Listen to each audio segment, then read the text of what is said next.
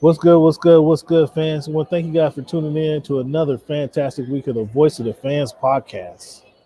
We got a lot to talk about, man. This is week 148, Mr. Cleavon. We got a lot to talk about this week. The Bucks win their first NBA Finals championship in 50 years. We got Team USA making some changes already, Cleveland. They didn't even get over to Tokyo before they started making changes. I guess that was a good thing, right? We'll see. We got some NFC South predictions. No, it's NFC North predictions this week, right? In this NFC North predictions this week, we're going to talk about this day in history, as always. And we got some fantasy football. Our watch list continues this week. It's our receivers that we're going to take a look at. Next week, fans, it's our defenses that we're going to take a look at, and that's it. I can't talk fantasy football until we get underway. Mr. Cleveland over here trying to steal some ideas. I cannot give him too many ideas because we already know he struggles with fantasy football, so I can't really give him too many ideas. And so we're going to have to limit this right now. I'm doing this for you, fans. We don't review the quarterbacks, the running backs, receivers today, defenses next week, and no more fantasy football talk until the season is live.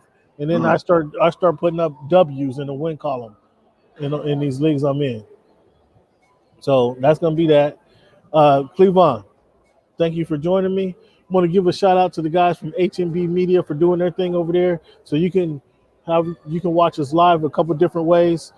YouTube, Voice of the Fans on YouTube, HMB Media TV on YouTube, or you can stream us and hear us on any podcast platform that you use. Spotify, Tuned In, Apple Podcasts, Google Podcasts, Stitcher, Castbox, almost any iHeartRadio, almost any podcast platform that you listen to podcasts on, we're going to be there. So tell Alexa, pull up Voice of the Fans, and she's going to pull up our latest podcast for you guys. So this is week 148, Mr. Cleavon, July 22nd. And as we do each and every week, man, we talk about the numbers. The number 22. Who wore that number best, or who comes to your mind first? When you think of that number 22, Cleavon, who's that guy? Emmitt Smith. He's the answer for both parts of your question. Come to your mind first, and he wore it best. Did he wear it better than Dave Brown, cornerback for the Seattle Seahawks? Yes. You probably don't know who Dave Brown is. I know I do know who Dave Brown is. But yes, he wore it better. Yes. And Elgin Baylor for Seattle U. Fantastic champion, but the 3-time Super Bowl leading rusher of all time wore it best. Yes. The leading rusher, I have to agree with you on that. And there's a couple clips of me talking to Emmitt where Emmitt didn't like the way I was going, talking about why he was holding out. Well, he corrected me. It wasn't a holdout because he didn't have a contract. And I'm saying, Emmitt, why don't you come to camp? He's like, no, dude, I'm not under contract. Why am I gonna come to camp? Kind of funny. Check that out, Voice of the Fans on YouTube. So Emmitt Smith getting after me, telling me to do my homework. Then we got, it's a week 48, 148 rather, I should say. We got the number 48. This is a little tougher one. When you think of the number 48, who comes to your mind, or who wore that number best? You know, Cam, when I was thinking about it, not a lot of number 48s, but the first person that comes to mind has got to be the cat chasing Bob Gibson's ERA record, which is Jake DeGrom from the Mets, who wore it best. Such a weird number, still to be determined. I would have to go with Jake DeGrom. Yeah, I guess wearing it the best. I guess that's not a bad one. Torrey Hunter got a championship though, right? Torrey Hunter won a Major League World Series, so you can put him up there. Jimmy Johnson, the race car driver, the 48 car is not an athlete, so therefore disqualified. Disqualified. Yeah. Well, I mean, somebody got to drive the car, though. Yeah, somebody's got to drive. So you're saying race car drivers are not athletes. That's what I'm hearing from you, really. You're hearing this in two parts. A, race car drivers not athletes, and the second part of that is the number that the car that they're racing is not make them an athlete. So no. Well, I can agree with the second part, but race car drivers are not athletes. I mean, they have to train. You don't see no fat race car drivers, not anymore. So they have to train. They have to be prepared to drive that 500 laps or whatever it is. They have to take that beating. Because I don't know if you sat in a race car. It's it's not comfortable. It's not like you're. It's not comfortable. It's hot and all that. But yeah, no. There's no padding on the seats. I mean, they're shaking. No. You're not buying it, huh? No. I think that you got a lot of fans that would agree with you. Man, so let's get into it. NBA Finals is over. Now, when this final started, you and I both, although we had separate guys that we were trying to we believed there was a coronation for, you and I both believed that the Phoenix Suns was going to walk away with this fairly easily. Where they jumped out in a 2-0 lead. You know, it was looking like I thought Chris Paul was I thought it was he engraved his name on the trophy after game 1 performance. Then after game 2, Devin Booker stepped up with his 40-point game. In game 3, he put up another 40-point game. But along with the NBA celebrating the Phoenix Suns, Giannis, like there was Jordan and the Jordanaires back in the, when was that, 92, 93, 94, right? 91, 92. 1, 2, and 3. Yeah. There was Jordan and the Jordanaires. So what do we call Giannis? Giannis and the Bucks? I mean the Giannis in the Antetokounmpo-neers? What do we call them? Because Giannis single-handedly, man, from the block that he had to cement their game 4 win, right? To a 40-point performance he had. I think it was in game 3. And then his 50-point performance he had in game 6. Like, Giannis' fingerprints was all over this finals. And they go ahead and, is it a gentleman's sweep? What do you call this when they just lose the first 2 and come back and sweep the rest? It's not a gentleman's sweep, but there got to be a name for that. They swept the rest of the finals after the 2 losses. Swept them. Went 1-2 at home, went 1-1 in Phoenix, and then came back and wrapped it up at home. I mean, they swept them out the finals and sent them home, the Phoenix Suns, that is. And, I mean, all praise goes to Giannis. I did say that Giannis, and we said this after game 2, unless he goes developed a go-to move, like they were going to be in trouble. And I don't think he established a go-to move. I'm not going to say he established a go-to move, but what I will say is, in that game 6 performance, he knew who he was and knew how to win, how to beat these guys doing what he does, doing what he does. And that's get in the paint and make it happen. He doesn't have a go-to move. You saw all kind of flip shots, all kind of Euro steps. You saw him trying to go reverse lay-in. There was no go-to move there. I just imagine when he gets to work this offseason.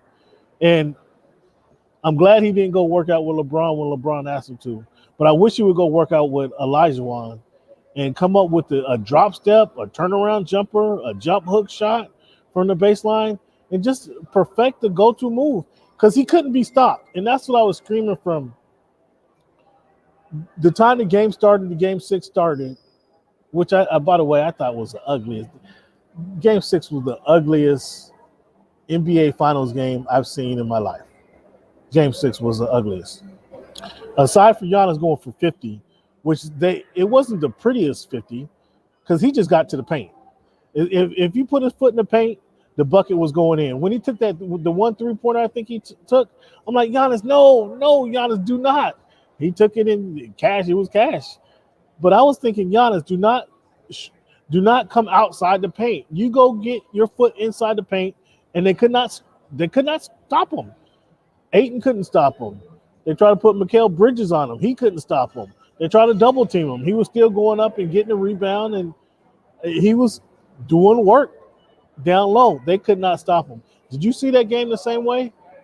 Did you see the same thing happen? I mean, you had to see the same thing happening, right? Well, first off, congratulations to the newly anointed NBA champion, Giannis Antetokounmpo. And secondly, I don't want to be in the same vein as you are with regards to what I thought Giannis could do. I've gotten some text messages back from his people, and they understand where I was coming from with it all. But they're still a little bit sour, still a little bit bitter on your characterization of what he's capable of doing, and kind of what his skill set was. But did you see it go to move? Correct me if I'm wrong. Did you see it go to move in there? So again, if I could continue. Okay, I'm just wondering. Just answer that question for me. Let me know if you saw it go to move, because I didn't see one. He was probably the most dominant player in an NBA Finals you've ever seen. Okay. I don't know if he was more dominant than Shaq, but okay. Really? You don't think he was more? Shaq was more dominant. Which year are you referring to? It was Shaq over the Nets. When was that? The Nets in 2000? Or no? That was great. Did he go for 50, 14, and 5? Well, and go 16 for 18 from the free throw line in a closeout game? Nope, he didn't, because Shaq had somebody else on that team. Giannis is Giannis in the Buccaneers, because your boy Holiday could play defense, but offensively was trash. True. Middleton. I don't disagree. Middleton. I mean, it was the shooting on that team was absolutely atrocious. It was absolutely atrocious. Middleton ended up with 15 points. Middleton ended up with 16 points. Again, I think he was like 6 for 14 at one point. It was absolutely atrocious. So Giannis, they had no choice but to go to Giannis, get the ball to Giannis, because he was the only guy doing something. So when you say was he as dominant as Shaq, he didn't. Shaq didn't put. I think he did. Shaq had 1 50-point game, if I'm not mistaken. One. If I'm not mistaken. I have to look it up. But Shaq had Kobe on his team. Like, Kobe's not going to sit back and just go for the ride. You know that. He wasn't just going to go for the ride and allow Shaq to go. What did Giannis go? 17 for 29 or something like that? I mean, he was absolutely murdering these guys. But I thought Shaq was more dominant because they couldn't stop Shaq as far as his game. Like, they couldn't stop Giannis in the sense that they weren't quick enough. Giannis was too nimble, too agile. Anything they did for him, he was just kind of Euro stepping around them. He would Cam, if I can interject here real quick, those backhanded compliments don't mean a whole lot to Giannis. Okay, there's no backhanded compliments. They really don't. I'm giving him this performance is why I always say that the NBA playoffs is my favorite thing, because it will either anoint or expose you. And I always say that there are no adjustments in the NBA finals. It just has to be the baddest dude on the court. And who is that?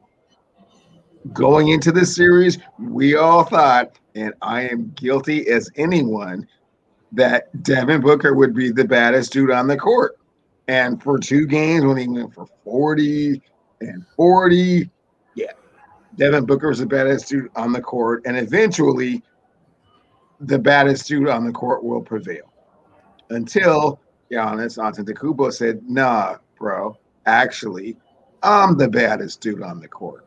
And I am going to go in here and snatch this championship away from you. It's in your hands. It's already been engraved. Chris Paul is the name after your name, but check this out, man. I'm going to grab this trophy, take it back to the engraver, and have him put Giannis on it, because I'm just going to get down correct like that. Yeah. And that is what NBA playoff championship basketball is all about. There is no adjustments Monty Williams could have made. Oh, let's go with this defense. Oh, let's put this dude on it. Nah, man. Not at 50, 14, and 5, and 16 away from the free throw line. No. There's no adjustments for that. That is just sheer superior talent and having the will to do what the other person won't and imposing their will on the other team. And that is exactly what he did to a fault. He was 16 for 25. 16 for 25. He was 1 for 3. And as you stated, 17 for 19 from the free throw line when nobody expected him to make free throws. He had 5 blocks. And obviously the 50 points. So yes, there's no question about his dominance. There's no. He was dominant.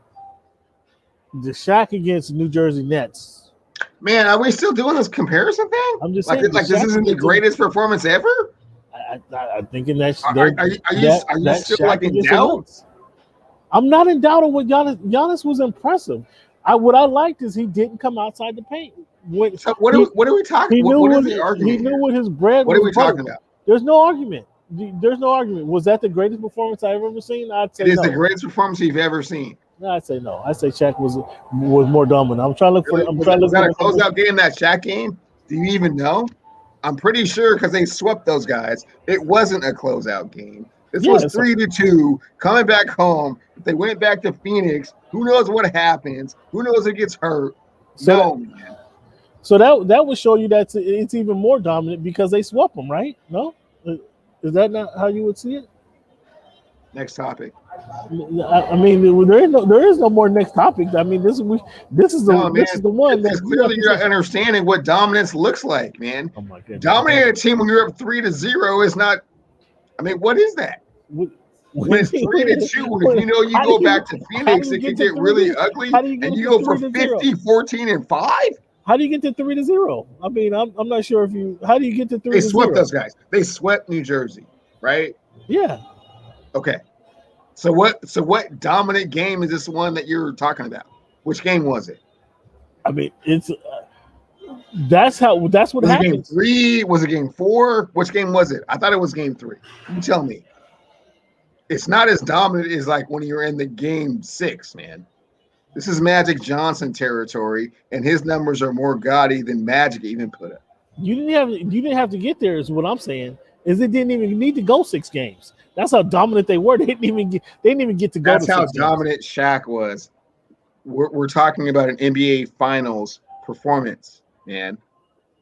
50 or whatever when you're up 3-0 is not dominant. It's not the same thing as like when it's 3-2 and you have to have this game or you might not win the finals and you just have the greatest game of your life and you're comparing these two things. No, it was awesome. It was awesome. Man, I don't understand where you're coming from. I'm not taking anything away from what he did. It was a fantastic game. There's nothing I can say. I'm not discounting what he did by no means. I am not. That's why Giannis doesn't like you. That's why so my phone keeps blowing up with all these text messages, man, from Giannis's people. They just don't like you. They don't understand what you don't understand. I mean, you went and smashed it.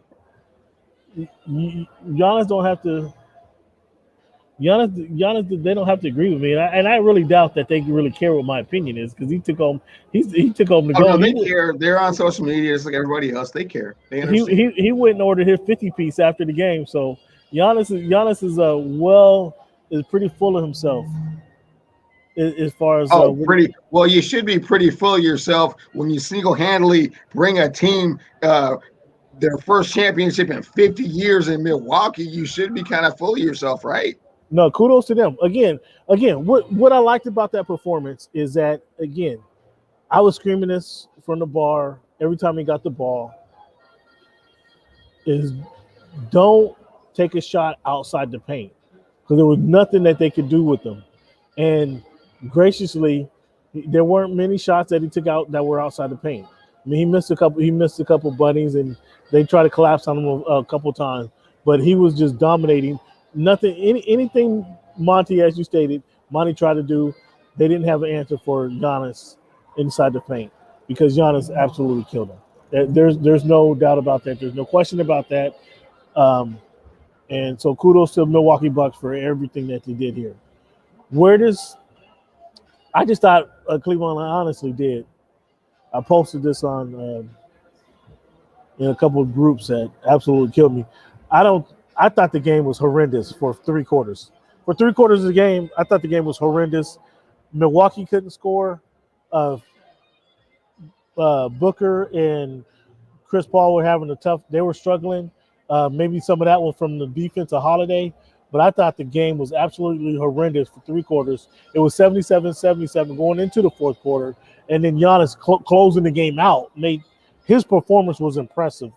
I even like what Portis did was also impressive, how he stepped up and assisted in closing the game out.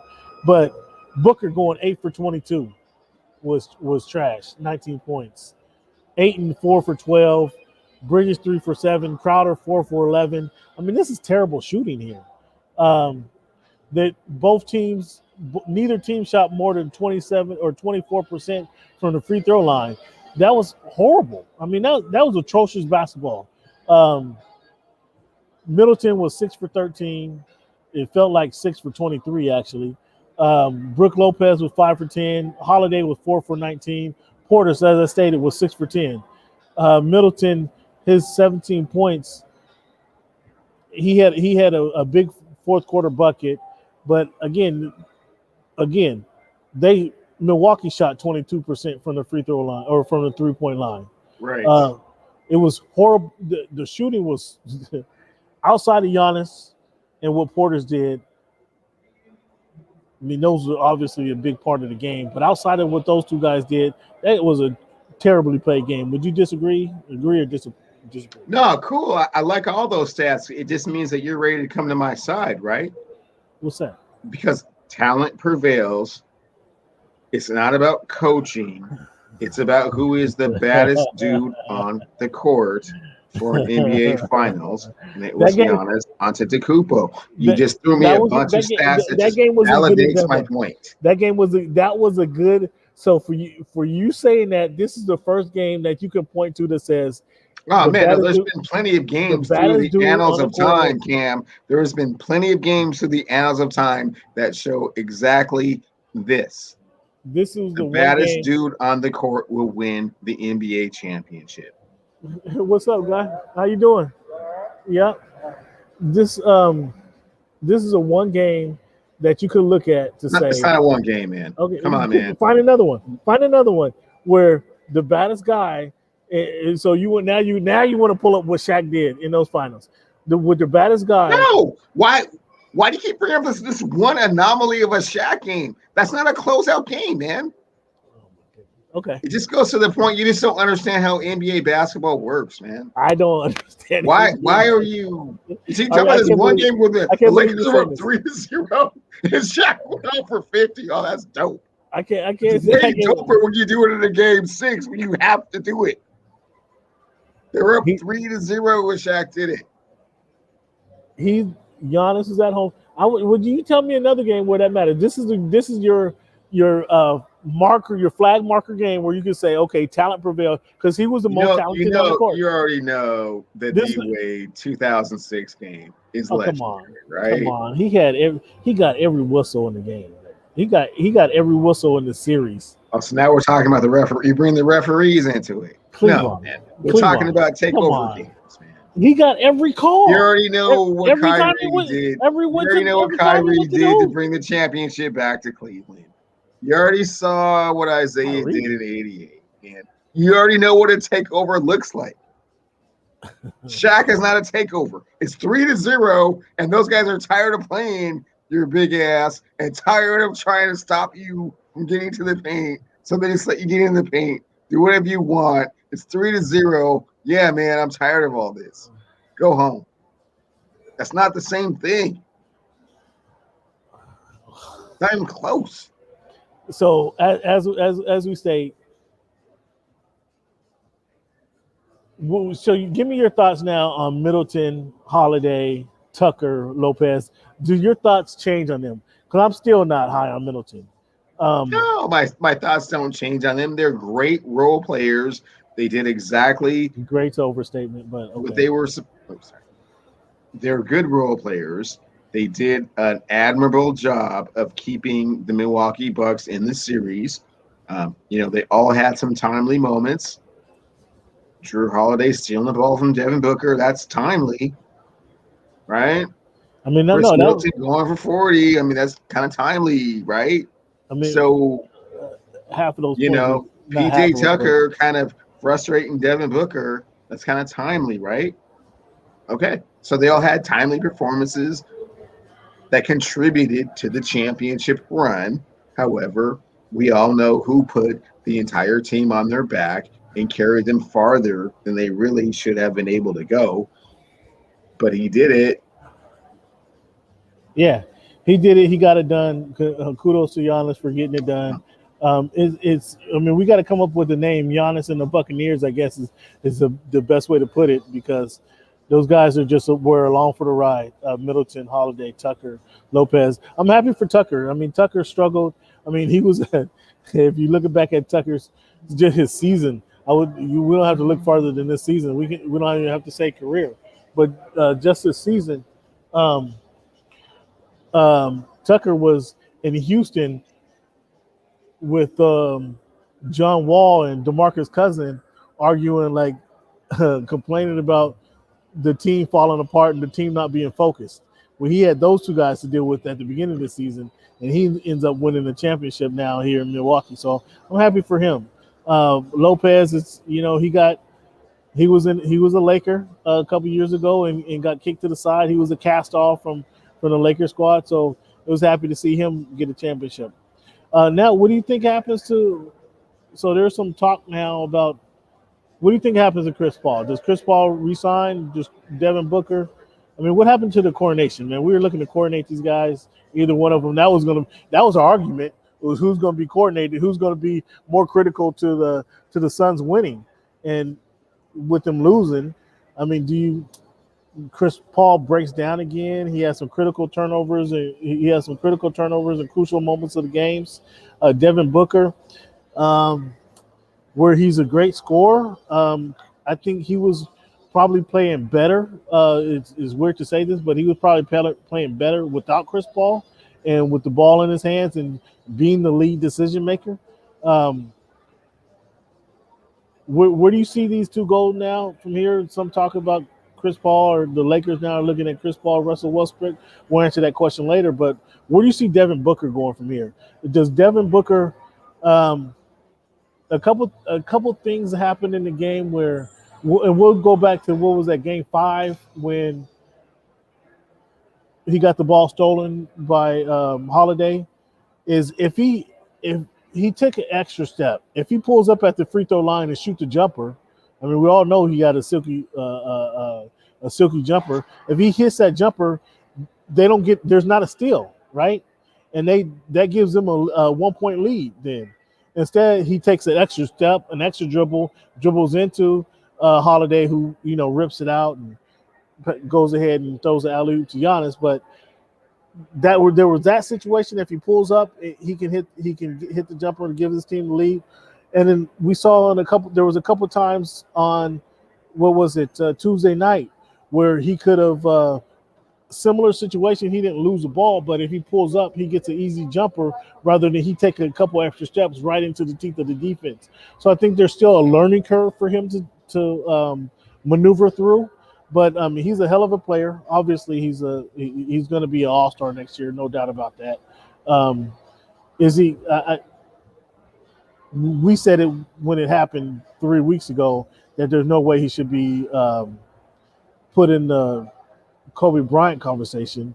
Now we clearly see that there's some growth needed there, right? What do you think? Where would you like to see Devin Booker go from here? Unfortunately, Chris Paul is going to leave. Is going to betray Devin Booker. They're going to trade Devin Booker. He is going to betray Devin Booker. Oh, I'm sorry. Chris Paul Okay. Betray, not trade. I thought you were saying, yeah, my fault. I didn't hear you. The Western Conference is going to recalibrate itself, and it may be 7 or 8 years before Devin Booker gets another opportunity to look at a finals. Unfortunately, for a talent of that magnitude to unfortunately not have been able to grab the brass ring when it was right in front of him. Giannis grabbed it first, and now he has it, and it's permanent. Yeah. Don't really think Devin Booker has much of a chance of doing or replicating what he was able to do this season. Let's just talk this through. So the growth of Ayton has NBA Finals appearance and kind of sees what playing with one of the best guys in the league looks like. As does Cam Johnson, Cam Johnson played a hell of a game, a hell of a series. He played himself into some money, I think. Bridges, I mean, he was not a slouch. I mean, they were role players, but they were young guys. I think that everybody would agree that Phoenix was probably ahead of the game, ahead of the curve a little bit. So these guys get some valuable experience. These guys, even your boy Campaign, Campaign played good when he got time on the court. So sure. This is a young team paired with Devin Booker. Do I think they're going to be win the West next season? Probably not. Do I think they're going to be in the top four? I think top four is feasible. As we'll see how things shake out. Obviously, the Clippers without Kawhi, Utah. We know what they are. So Cam, you're already misspeaking. You already know they're going to be a 5 seed, right? I'm trying. Who's there? Who's going to be 4? I mean, who's in the top 4? The Lakers will be there. The Lakers. The Denver Nuggets will be there, right? Don't think so. Denver, okay. Your Clippers going to be there?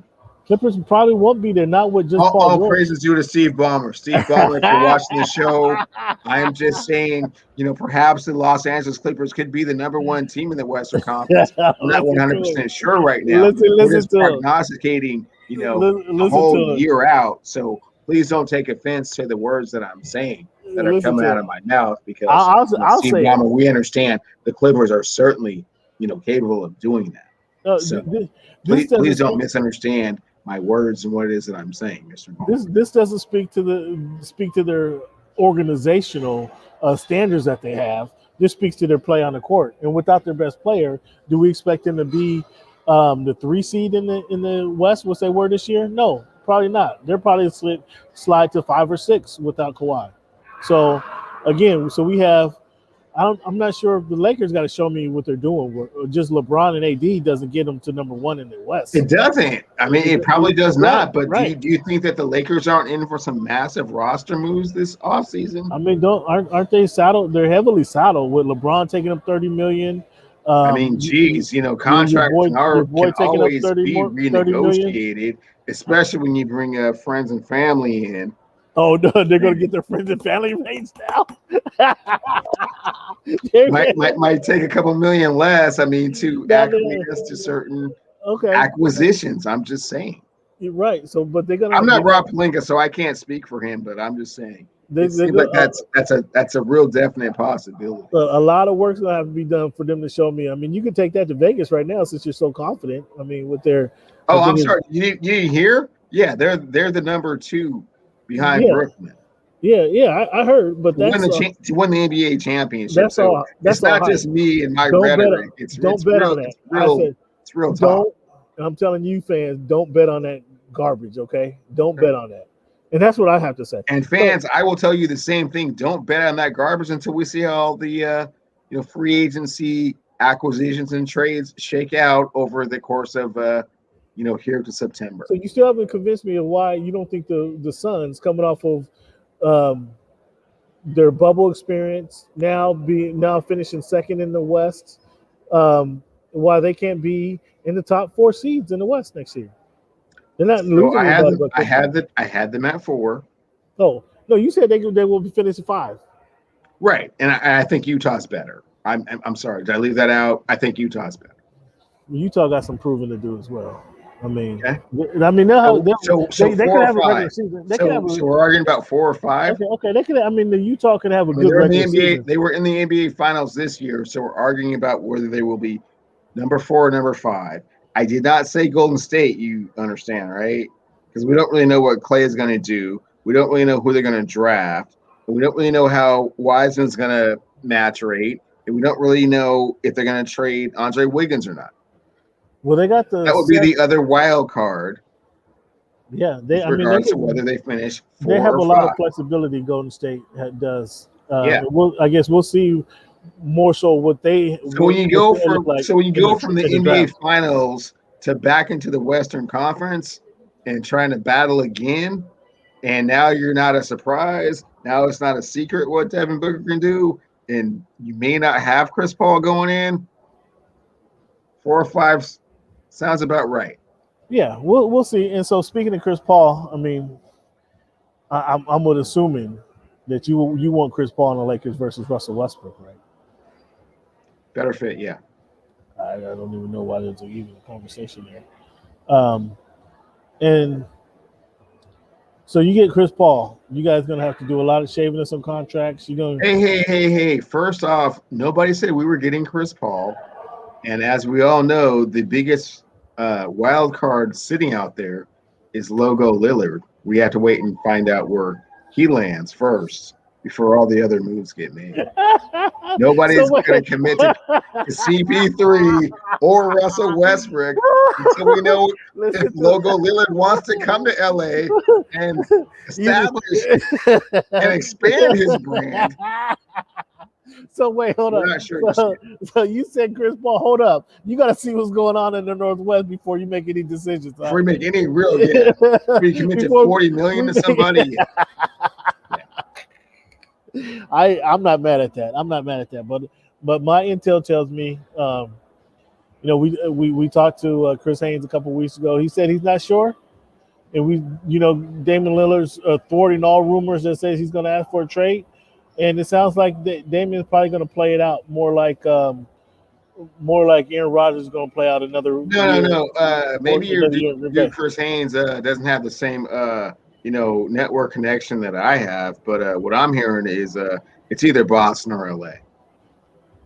Yeah, Boston or LA. I don't think he's going to Boston. Man, if he gets to Boston, that is terrible for that Eastern Conference. I don't think he's going to Boston. I didn't hear that one. So I didn't hear that. Oh, okay, yeah. You know what? And I was about to get my phone out, but we can wait till after the show for that one. Yeah, and Cleveland, and I like you. We've been doing a show for going on 10 years now, but I think I'll take Chris Haynes' intel over yours.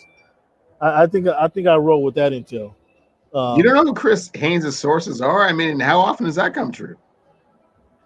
That's a good one. You got them, Peter Vesey type sources sometimes. You know what I'm saying? It's like, okay, whatever.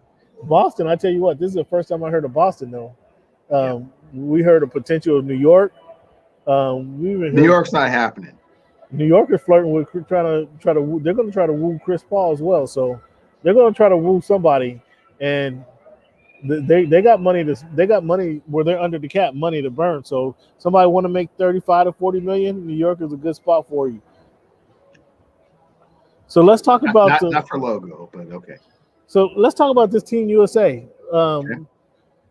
Kevin Love, comes down with a strange illness and says all of a sudden he's not in shape and he's not playing. He's not doing Team USA justice like he needs to. And he's gone. Bradley Beal goes back home to St. Louis, and so they bring in JaVale McGee and Keldon Johnson. Keldon Johnson immediately comes in there. He couldn't wait to get in there, go for 17-9, I think it was.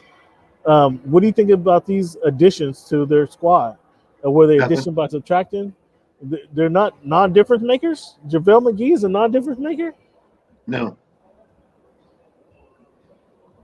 The difference makers got through with their business that they had to attend to on Wednesday, and they're on the plane.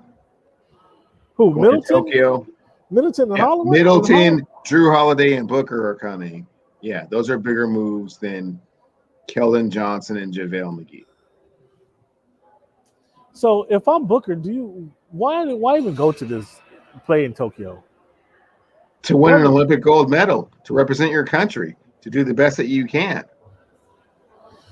And expand your brand. he just was on. He was. I think the NBA Finals is a bigger stage than the Olympic gold medal. Although you can't poo-poo the Olympic gold medal. I think the NBA Finals still was on a bigger platform. And I say why even go, because usually guys go there to kind of learn strategies, pick up on some strategies from different players around the league, um, build that extra chemistry, kind of negotiate some things that we may see play out in the next year or two. But there's KD and Damian Lillard there. Like, I'm not sure that how any of those guys, either one of those guys, can really accentuate the game of Devin Booker. And so, is he gaining anything by showing up and playing? That's all I'm saying. It, I, Sure, he's gaining a gold medal. He's gaining to his repertoire, his resume, his trophy case. and Holiday and Middleton, they might not get off the bench. They might not get off the bench when they Well, I get to mean, Tokyo. we'll just have to see how the They, rest of the world responds to what the USA team is doing, and sometimes you may need a lockdown defensive player at point guard, and sometimes you may need someone that's has a great mid-range game, and sometimes you may need the Middleton, last Jedi neither one of those come off guys the have bench a and great and mid range. throw up 3-pointers from everywhere. And that's another one that we didn't talk about it earlier. But Booker needs to improve his 3-point game. His 3-point game. That's another area of improvement for him. His 3-point shot was a little better than terrible. Um, but Middleton and Holiday, they might not get off the bench in Tokyo. Um, it's sad to say that NBA champions, they may not get off the bench. Giannis ain't gonna be there to save them. They really may not get off the bench. Uh, Cleveland, let's take a little break here. When we come back, man, we're gonna talk about we got some NFL topics to get into. A lot of things happening within the NFL. We like I say, we're a week away from training camp. This time next week, we're going to be training camp is going to be full for everybody. I'll be attending the Chargers training camp, so I'll have some feedback from them. But we're a week away, and I'm gonna ask you, when does Rodgers show up in Green Bay? Does he show up in uniform week 3 of training camp, or just before game 1? Which is it going to be? And I'm gonna ask you that question, and we can talk about it. Also, somebody gets paid in San Francisco. Somebody gets paid. They certainly did. We're going to talk about that here shortly. So let's take a little break. All right, quick break, Cam. Yeah.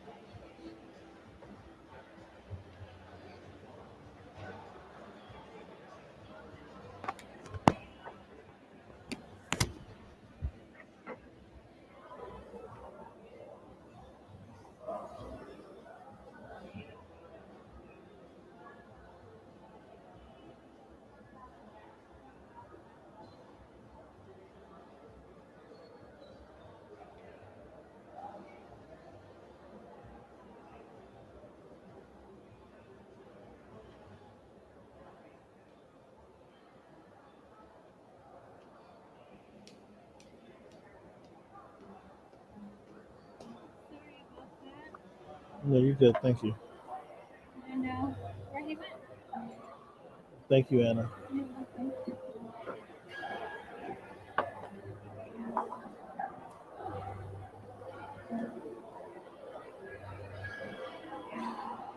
You good? Ready to go.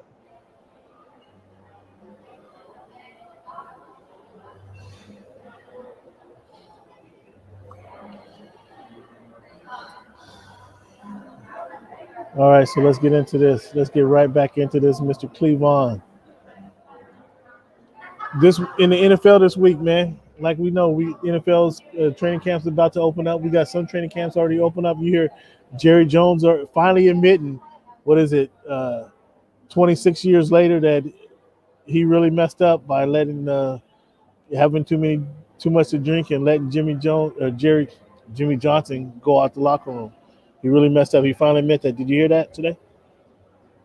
No, he actually admitted that during his Hall of Fame speech that he made some mistakes and let his ego get in front of him, and kind of his whole path to being an NFL owner and how it was all or none. And the NFL really shouldn't let you put all of your assets into an NFL franchise. You're really supposed to have expendable income before you become part of the fraternity, and he did not. So a lot of his decisions were driven by ego and just revenue. So that's not a surprise. I've heard that before. Talking about ego, and Aaron Rodgers and the Packers, this saga here. When do you expect? So Aaron Rodgers has reported that he turned down a contract extension this week. Now, whether he turned it down this week or last week, or whether the Packers reporting this or coming from Aaron Rodgers' camp, I told you I expect Aaron Rodgers to be back in a Packers uniform. I told you that since draft, or a couple weeks ago anyway. I think he's been trolling us all. Sure, he wants out of town, but the Packers have him signed for, I think, 4 years, and they're just not going to let him walk out of town. So I expect him to play one more year, and we'll talk about this later, but just like I expect Russell Wilson to play one more year in Seattle, I expect the Green Bay Aaron Rodgers to play one more year in Green Bay. You still on that Sierra texting back and forth, huh? You know something I don't know? Well, we haven't texted. Stay in your area, man. We stay haven't in your texted in a yard, while. man. Don't come talk about the 12s like that. Don't come talk about Russ like that. You get no extra information. Stick with the A-Rod story, okay? I haven't. Don't try to throw your Russell Wilson, prognostication in there. We can talk about that at another time. I mean, because I know how offended you get. I know how offended you get. I don't appreciate that. But when Sierra gives me information, I have to share it with you guys. I haven't got any information from Sierra here in the last couple of weeks. That's why I haven't brought it up. But Sierra puts information out there, and that I understand where it's coming from. I mean, we know. Come on, man. We already know who wear the pants in the house, who called the shots in the Wilson household. So when Sierra says something, it's probably going to happen. And I just got a feeling that this will be the last. Get back to your subject, man. I don't want to hear all your guff about what you and Sierra be talking about. Get back to the Aaron Rodgers story, okay? And don't try and add friction to what's going on here before training camp. I don't appreciate it. No friction. It was just we'll get back to this. We'll have that conversation later. Get back on topic then. So when do you expect Aaron Rodgers to put on a Packers uniform? Will he play any preseason games, or will he suit up, a couple days before week 1 and just say, "Okay, fellas, I'm here. Let's go." No preseason games. When the Packers go 1-4, they will give him a guaranteed $100 million, and the MVP of the league will come out of the phone booth and do what Aaron Rodgers does. So they're gonna wait till they go 1-4 before we see Aaron Rodgers. I disagree. I think Aaron Rodgers is going to be playing week 1. I think he's going to play week 1. And again, I'm not saying he may suit up. What do they play? Let me look up their schedule real quick. He may just meet the team at the facility and play. He might not even practice with them, and that's kind of what I'm what I'm predicting. He didn't even practice with them. So they got the Texans October 14th in preseason. So game 1 is where September 12th is in New Orleans. He might show up in New Orleans. He just might show up in New Orleans. Okay, fellas, did you bring my uniform? Did somebody pack number 12 so I could put it on and just play that game? I mean, because I don't see them going. I don't see him coming in midstream. I mean, that would be more difficult for him. I think at least if he starts week 1, they can play a patsy like New Orleans, who doesn't have a quarterback, and he can take a quarter or two to kind of get into the rhythm of the game and be like, okay, Adams, coming in at halftime. Okay, Adams, I got you. Okay, Adams, here. No. The Green Bay Packers have to see what life looks like without Aaron Rodgers before they give him the $100 million guaranteed, and they will see what it looks like with Jordan Love. So you got no confidence in Jordan Love? No. None. I mean, they drafted him for a reason, don't you think? He can move. They drafted in college, and he can run a little bit. For the same reason that a lot of franchises draft really big, strong-armed quarterbacks in the first round, hoping that they are, the second coming of whoever, and the future of their franchise, because they're looking forward. Okay. But it's not going to work out. We'll see. We'll see when he show up. I think it'll be right before week 1. I don't think he plays any preseason games. I just think he shows up, whether it's that Friday, whether he just shows up in New Orleans. Who knows? I think he'll play that new game against New Orleans. Okay. The Niners, they go ahead and sign they take care of their linebackers. They take care of the guys who perform for him. Go ahead and give him a $19 million year contract versus some other teams in the same division. Like, they wait till the guys hits that 30-year-old mark or their last year of the contract. The Niners go ahead and take care of their guys. What do you think about that contract? Now he's the highest paid linebacker, he's the highest paid linebacker in the NFL. It won't be for long because the coach, Darius Leonard, is coming right behind him. By week 1, I understand that he should be signed to break that deal. But what do you think right now the Niners have the highest paid linebacker in the division? What do you think about that? Hey, man, good for them. If that's what they want to do and that's how they want to allocate their funds within the salary cap, fantastic for them. Happy for Mr. Warner for getting paid. Oh, that's all you don't want to say nothing about anybody else in the division who claims they got a better linebacker, huh? Oh, I don't think he's better than Bobby Wagner. That's a different conversation. Oh, okay. Have you guys chose to wrap up Bobby Wagner and keep him happy? Yeah, he's in the second year of his contract. He's good. At $14 million. I believe it's a little higher than that, but yeah. So you got like 17, 18, somewhere in there. Is it? It's okay. I think it's more like 14, but I think he'll be knocking on somebody's door next week. We'll see how that works out. Man, we talked last week we gave you our top running backs of the fantasy football draft, and I was bigging up Cam Akers, and then he goes out there and tears his Achilles. This was not even a team workout. What do you think about that? Look like you're going to have to find somebody else. It's unfortunate. I mean, those things happen. And, unfortunately, I have experienced that exact same injury to both of my ankles. So I know how arduous the recovery process is for that. But, next man up. They have contingency plans, I'm assuming. So, yeah, he was their first round draft pick from last year. This was supposed to be his year to sign, so it kind of looks bad upon them, or looks bad for him. And like you say, they'll sign somebody else who comes in and run for 1,200 yards with the way this offense is set up. The Steelers signed Melvin Ingram. Is this a non-factor? Is this a big deal or no deal that they signed Melvin Ingram? Hard to say. Football players age in dog years, so I don't know exactly what he has left. They definitely do need as much production from the Bud Dupree position as they can get, and if he can contribute some of that, then fantastic. but what he has left in the tank, not 100% sure. Well, they'll probably scheme a few things for him, so to kind of make it easy for him to make some plays. He can stop the run. That's one thing he can do.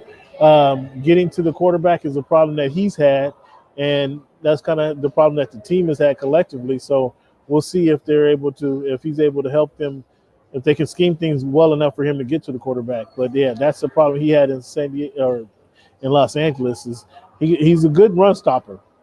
But getting to the quarterback, whether that's being a step slow or being that a year older, whether that's the reason there. But even with Joey Bosa on the other side, he had problems getting to the quarterback. So we'll see how that works out. And good, at least he's on somebody's team this season. Cleveland, how do you watch Monday Night Football? How do you watch football games? Do you watch it? Do you listen to the announcers, the commentators during the game? Do you have the volume up? Do you have it down? Are you listening to music? How do you watch football games? I watch the volume kind of in between. I don't want to hear too much of what they're saying, depending on who they are. Obviously some commentators and analysts, too, yeah. You give a little bit more credence to what it is that they're saying. So volume up a little bit higher for those guys.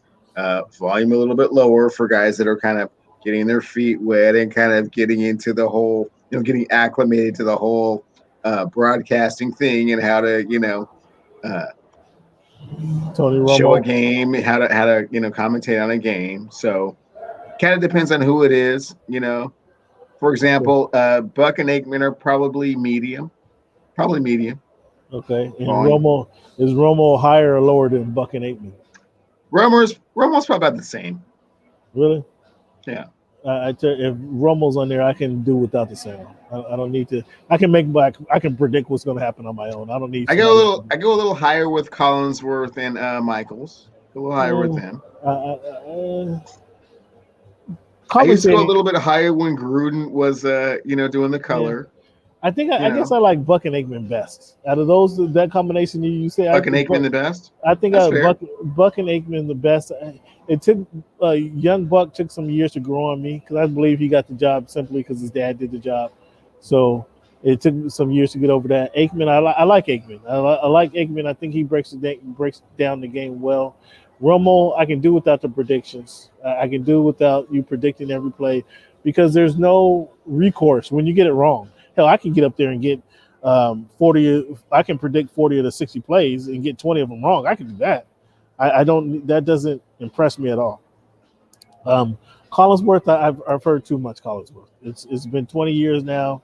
Collinsworth, come on, the same old. Everything is unbelievable. Everybody is super spectacular. Like, okay, Collinsworth, enough of you. Al, I don't mind Al. I just heard enough of Collinsworth. So, and the reason I asked is because now with the Monday Night Crew, who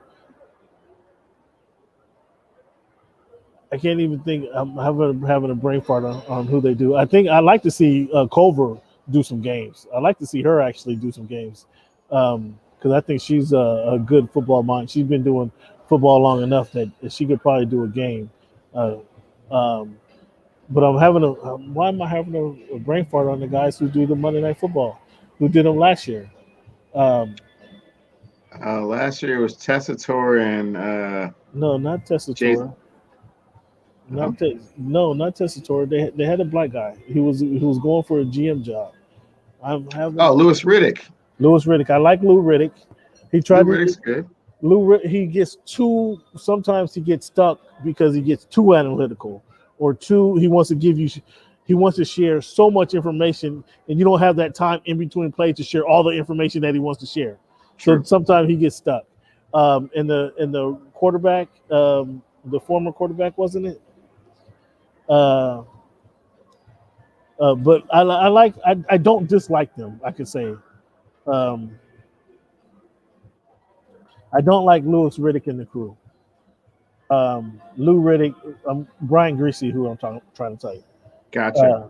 Brian Greasy, he's not bad. He's okay. I think I like Louis. I didn't mind it. I now that you're bringing it all back to memory, I didn't mind it too much. It did seem like they all kind of were reaching for the mic at times, and like they all had kind of a point to make, and sometimes they didn't all coincide at the same time, and they all had to kind of split their analysis amongst one another. So it was, 3 is kind of hard to do that. Yeah, Booger I thought was awful. Steve Levy was just okay. Al Michaels, obviously Michaels would be great, but if they could do Lewis Riddick, Brian Greasy, I would love to see Culver in there. I think she's, like I say, she's been doing it long enough. I'd be okay with watching her, listening to her analysis of the Monday Night Football games. But the reason I asked that is because now they're going to have competing against that Monday Night Football crew is Peyton Manning and Eli Manning. Now this is going to be interesting to see how they kind of break down. Are they two brothers watching football? Are they going to be bashing players, or is it just like, did you see? Look at this guy. Did you see what he did? He jumped outside. What is their analysis going to be like? Obviously, that they're going to blow out the regular Monday Night Football crew the first couple of weeks because people's going to be wanting to see how different they are and what it is that they're looking for. But this is an interesting process, having Peyton and Eli do this commentate on Monday Night Football game. What do you expect, and how do you expect to watch that? I expect there to be a lot of attention initially, and I expect for Peyton and Eli to learn very quickly that it's not as easy as it seems. The Tony Romo transition is somewhat of an anomaly. Other players have tried it, not as successful as Tony Romo obviously has been, and I just don't really know if Peyton and Eli, other than the football royalty and multiple Super Bowls, what they really can bring to the whole analysis of the game. And especially to carry a 4-quarter game, Cam, is hard. I mean, you can say some things here and there. You can kind of get emotional and kind of super analytical at points of the game, but to carry a 4-quarter game is not easy to do. They will find out very quickly. I think Peyton can come off the toilet and do a better job than Romo right now. Oh, wow. I think you and Romo are not friends. What happened out there in SoCal? Not at all. Cam, what happened out there in SoCal? So here's what I think about. There's got to be a backstory. Tell me the backstory. No backstory. Just I'm not impressed. I think quarterbacks, and Romo falls into this category. I think quarterbacks, because they have to call the plays. They have to call the plays for every. When they're accustomed to calling every play of every game, right? When they have the ball, they're not calling plays on defense, but when they have the ball, they're used to calling the game, right? So they're used to being into every game that they play. Therefore, I think most quarterbacks can make that transition. Most quarterbacks, I think, can make the transition fairly seamlessly because they're that involved in the game. Now we talk about Peyton Manning, who is probably the most well prepared for any football game that you or I have seen, with his analysis, with his preparation, just to play the football game. I think that if he brings that into the booth, which why wouldn't he? That's going to make him even better, because that preparation is not only has that preparation already been done. Okay, so Cam, now that you're kind of talking about it, here's what I'm kind of seeing. Peyton has kind of prepared himself for all of this. Has had a little bit more time being, in front of the camera with, the show that he had. Kind of that whole season that he was able to kind of go through. Yeah. And I kind of feel like when they kind of revert back to Eli, it'll be a lot of, Manning stuff, a lot of, film from the backyard and pictures of when it's going to be slap the knee. It's going to be slap. People will eat that up. But I mean, with regards to what his analysis of the game will be, hard to say, and how he will be able to articulate that to a national audience, we'll see. I think Eli will have the biggest issue because from what we that's understand, what I'm saying. Eli has not been training all of this, so that's the point. That's what I'm saying. That's Eli. Well, and we haven't seen that. To be fair to Eli, we haven't seen that transition from him, and so to say he doesn't have it is kind of unfair.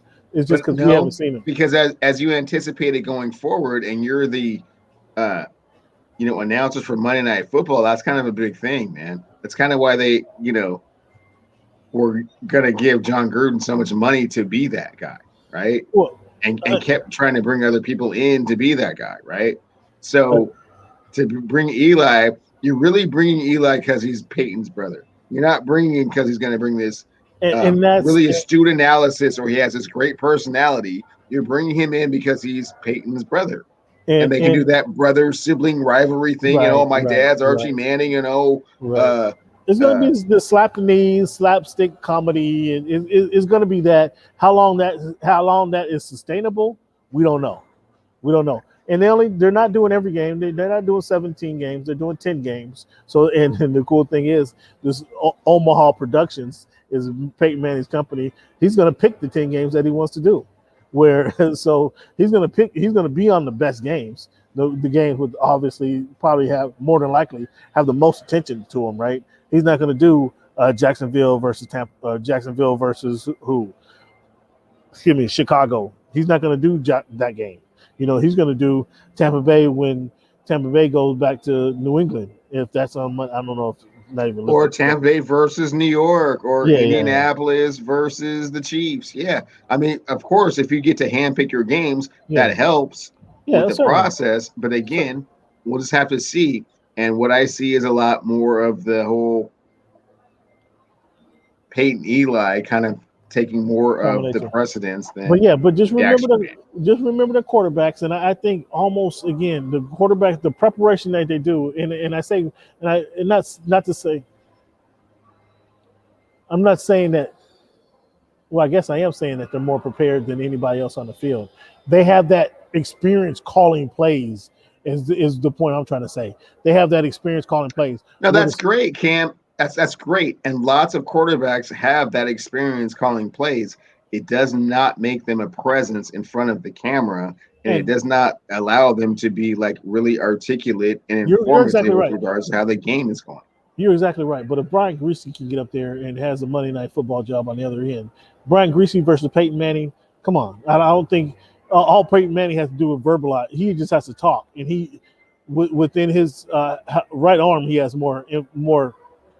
And that's not even fair. You're not giving Brian Greasy enough credit, man. You're not giving these broadcasters enough credit. Basically, what you're saying is that anybody that's really got a Super Bowl pedigree can just walk off the street and be an announcer. I'm thinking any quarterback can do that job. I mean, I want to say quarterback because they're calling every single play. That's naive. That's naive to think so. I don't think so. Cleveland, when I played the game, I was. Playing the game does not make you articulate. Playing the game does not make you able to convey what it is that you're saying. I understand what you're trying to say. But what I'm trying to say is half of that is preparation, though. Half of that, if you're prepared, you can talk the game. And if you know what everybody is trying to do, and the quarterback essentially has to know what everybody's doing from the lineman to the wide receiver to what the defense is doing. And that's why I identify the quarterback. So the center knows that as well. Some running backs know that also with the linemen, with the receivers, and what the defense is doing as well. So there's more than the quarterback, but the quarterback is calling the plays. That's why I'm identifying the quarterback, because they're the one calling the plays. But again, the center has to know what they're doing. The fullback, the running backs, if they're pass blocking, that pass pro, they have to understand that as well, how the defense is playing them, so they can make the appropriate blocks and step up and make the appropriate play, check down when they're available. So everybody has to know what's going on. But the quarterback calling the plays, that's why I'm saying that most any quarterback, when I started by saying that, most any quarterback can come in and do that job because they understand what everybody's doing on the field. Verbalize, and I get you. I understand what you're saying. Verbalizing that is something totally different. But Peyton Manning, we've seen him with his various shows be able to verbalize that, right? We saw him have that experience of being able to do that. He's a talker. He's not the quiet guy, and that's where the reservation with Eli is. Eli's been the quiet, humdrum kind of guy. We can see in the press conference that they have, Peyton Manning is more freely to break things down and talk to you about anything. Hell, I can send you a video when Deshaun Watson breaks the game down. I asked him a simple question, like, what did you see from the defense on this play? And then he gave me everything what all 11 men were doing on one particular play.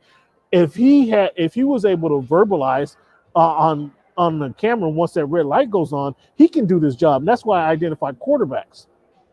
But we see the transition that Peyton Manning has done. That's why I think he'll be he can come walk right into the room and do the job better, if not as good as, if not better than Tony Romo. So everybody's going Google Gaga over Tony Romo. He was just an average quarterback. So imagine what one of these top flight quarterbacks can do, who sees the game at a much better rapid pace than him. That's why I would expect Peyton Manning to be done with that. But we'll see what's happening. Well, we're going to leave it there. That's why I'm just throwing out why I think Peyton will be good. We got reservations on Eli. Maybe Peyton carries Eli a little bit, but we'll see how that thing transitions out. What do you think about now the NFL? Essentially, we had the situation last year where Denver was playing a wide receiver at quarterback. You know, they had the COVID breakout, and so the NFL didn't cancel their game, but they ended up playing on Tuesday, and on Tuesday night they had their wide receiver playing quarterback. Now what the NFL is saying is we're not changing our schedule up again. We're not changing up our schedule like that. And if a team has an outbreak, they're going to be forced to forfeit that game due to a COVID outbreak. If these players who they have the outbreak are not vaccinated. What do you think about the NFL doing that? I think that it is somewhat proactive, but at the same time, I don't think that it will be enforced the same way for every team, and I don't think it'll be enforced the same way depending on what the record of the team is and what the ramifications of that forfeiture would be. So you don't think the Buccaneers are going to be forced to forfeit a game? Is that what you're saying? If the Buccaneers are 9-7 and miss the playoffs because of a forfeiture, no, I don't think that's going to happen. If the Dallas Cowboys are in that same position, no, I don't think that's going to happen. If the New England Patriots are in that same position, no, I don't think it's going to happen. So Jacksonville Jaguars are in that position, you got to take that out. The Jets and the Broncos. Yeah. The Detroit Lions. Yeah. All those guys are getting L's. So they're getting L's. That's going to be interesting to see how that breaks down. So speaking of the Lions, man, we got our predictions here for the NFC North already laid out here. I mean, your predictions are kind of laughable. You want to tell the people where you have your predictions are? We actually have the same. I'll do it real quick because it's the North and it's not going to be a whole lot of noise from that division this year. So Chicago, Green Bay, Minnesota, Detroit, in that order. So we have the Packers at number 2. Yes. The Packers being the second. We both have that. Now, Cleveland, you and I both talked about last season how Justin Jones, how he wasn't accurate in college football at Ohio State. Justin Fields, excuse me, how he was inaccurate at Ohio State. Right. He was challenged in big games. And now you have Justin Fields and the Red Rifle, Andy Dalton, as your quarterbacks in the Bears. How do you have either one of those guys leading the Bears to great running game, quality receivers, solid defense? And by process of elimination, the other 3 teams in the league suck.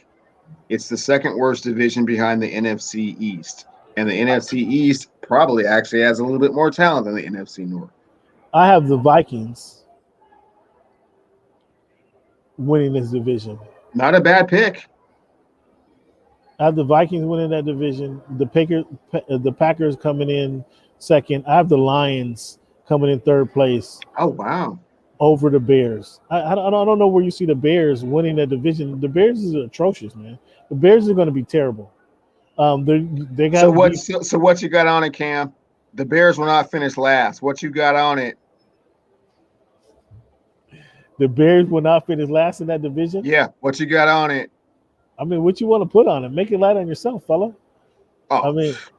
I'm not. Daniels ain't worth the dinner. This is not worth the dinner at Daniels. That's what I wanted to hear. I mean, we already got an Ivory. Not quite that confident, are you? I mean, no. Well, okay. The Bears. I'm not putting no money on. Back a tad bit. I'm not putting no money You're on. not really that confident the Bears are going to finish last in that division. They're not beating. They're not. Hey Cam, I like ribs. How ribs sound? There is a new rib spot up there. Well, we could do a catfish corner. We could do a catfish corner. I want a pound of ribs while you do this, homie. Listen, look at it. You gotta wait, huh? A pound of ribs from where?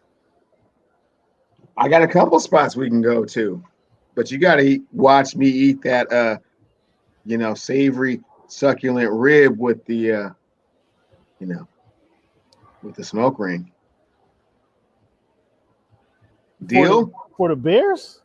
Yeah, Bears are not going to finish last in that division. Are we good? Bears are finishing last in that division. Okay, write that down. I'm about to write it down right now. We're good. We're in. Man, I'm about to get some hearty ribs, man. This is great. Fans, I don't know. I'm feeling like I'm going to gain 15 pounds after we're done with all this analysis. Just on the Falcons succulent and flavorful food I'm going to get. Falcons coming in at number 2. Falcons coming in at number 2 or better in the NFC South, and that's Irish that bar. Is not happening. Yeah, okay. Now, wow, you don't understand the NFC, huh? I hope you understand the AFC a little bit better than the NFC because you really are not seeing what's about to happen. So I got hold on. What's this now? The Bears. I got Bears coming in last place. Yeah, that's not going to happen.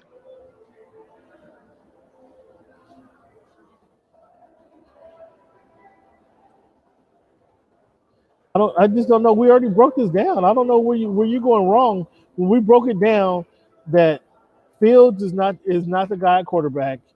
Neither is. And then I reassessed what the NFC North looked like, and I was like, "Oh man, well, hey, the Vikings have a good defense. Even if he starts the first game of the season, which I don't think that he will. I think the Red Rifle will start the first game of the season and probably get, hopefully." Lord willing, he'll get through the third game of the season, and then it'll just be time to pass the ball over to Justin Fields, and he'll be comfortable enough by that time. Justin Fields is going to get the baton at 1 and 2, and then he's going to win 3 or 4 games the rest of the year. The 5 wins is not still may be enough to not finish last in that division, Cam. That's what I'm saying.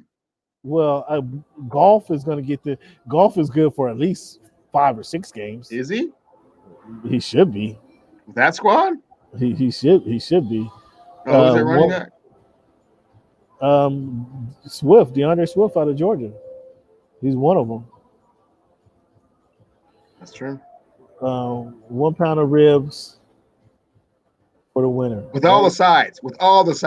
The beans, the macaroni, the slice of sweet potato pie, all that.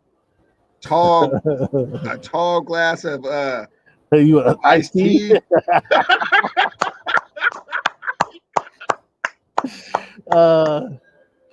Okay. Bill's coming to last place in their division. With your SpaghettiOs, man. Yeah. Cam says yes. Cleveland says no. And we will post this, fans. Before the season starts, all of these wagers, because they are all so sexy, right? Just to figure out who's really going to win and who has to. That's week 48. That's week 148 right there. Okay. Yeah. All right, we got some more on the table. So now let's look at our top 10 fantasy football wide receivers. Again, fans, get this information now because we're not talking fantasy football the whole month of August.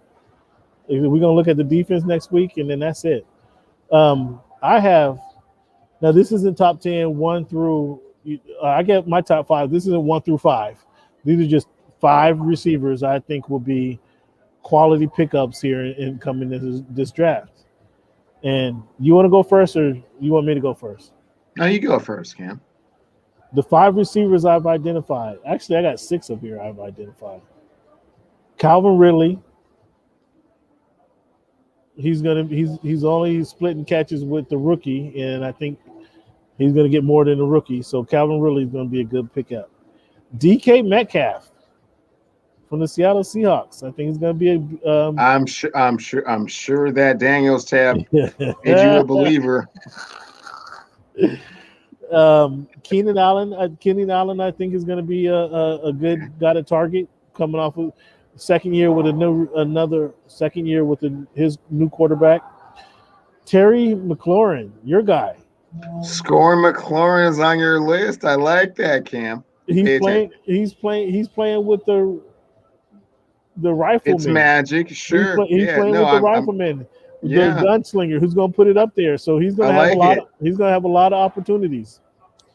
CeeDee Lamb, I said last year that they would have the most explosive offense in the league, and before they got hurt, before Dak got hurt and messed up his ankle, they were scoring a lot of points, but they're also giving up a lot of points. So I had CeeDee Lamb kind of doing a return favor out there, doing the same thing.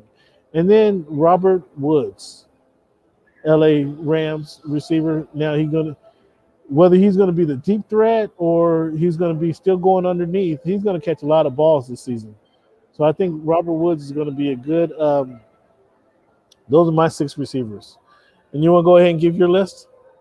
Sure. And I actually, Cam, I did like your list quite a bit. But from a fantasy perspective, Stephon Diggs. I was not a big Stephon Diggs fan, as you well know. Fans, as you well know, not my favorite dude. Shut me up last year. I'm just not a big fan of his quarterback. That's the only thing. I'm just not a huge fan of the quarterback. But I mean, I'm a big fan of their connection. Okay. And the way that he goes to him, he's his number one go-to guy. So okay. Fans, a second pick. I'm not happy to say it because I don't like to do it. Cam knows where I'm going with this. And he's getting all giddy about it. They don't deserve it. Jalen Waddle, man. He's going to be Tua's security blanket. Tua already knows where it's going. They've already done this a couple times. He has a chance to be that dude.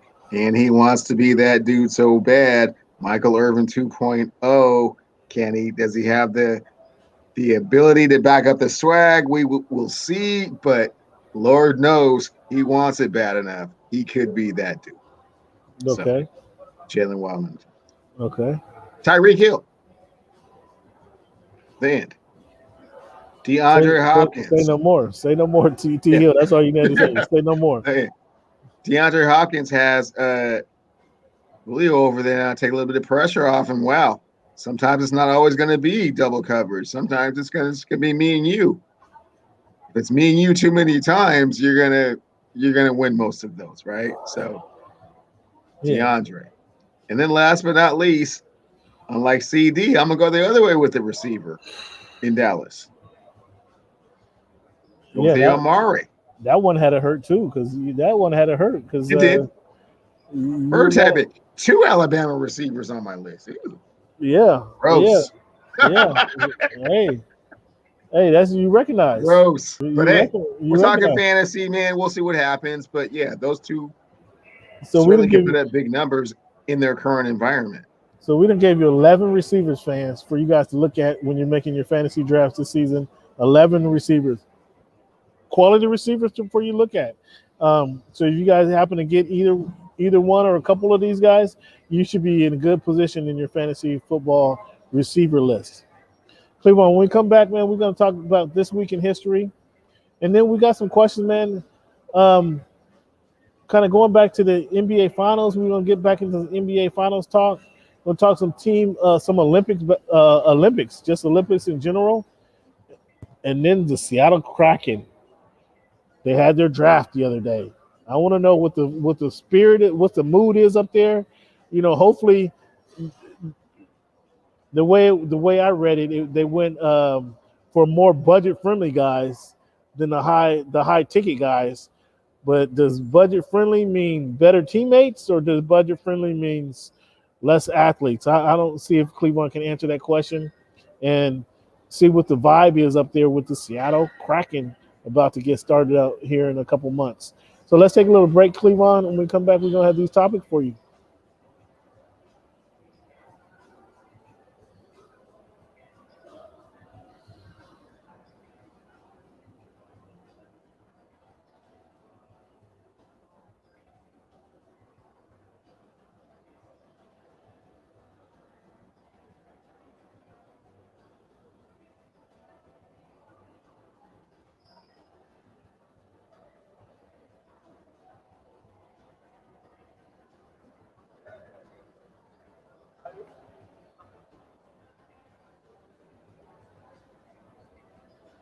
All right, Mr. Cleavon. Let's this week in history. Back in 1896, July 21st, National Association of Colored Women was founded by Mary Church Terrell in Washington, D.C. National Association of Colored Women, founded in Washington, D.C. in 1896 by Mary Church Terrell. 1861, July 22nd, President Lincoln read the first draft of the Emancipation Proclamation to the cabinet. Clearly, there was nobody in the cabinet that looked like us, so they could have sent them back in for a third and fourth edit. But for the first time, they read the draft of the Emancipation Proclamation to the cabinet. Almost 100 years later, 1943, July 25th, the first warship named for a black person, the SS Leonard Roy Harmon, launched in Quincy, Massachusetts in 1943. So there was a warship actually named after a black person, the SS Leonard Roy Harmon, which was launched in Quincy, Massachusetts in 1943. In 2006, July 21, A-Rod, now a member of the New York Yankees, collected his 2,000 career hit and became the youngest player to reach the 450 home run mark. That was in 2006, 450 home runs. A-Rod became the youngest player to hit that many home runs.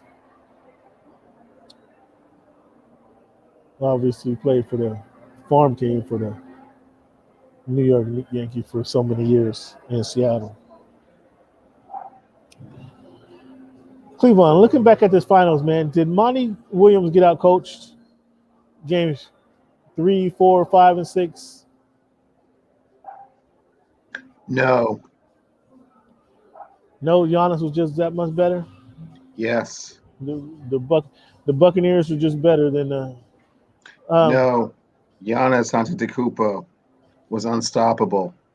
So there was no adjustments to be made. You don't get out coached when somebody goes 50, 14, and 5. What do you see that Booker and Ayton need to work on?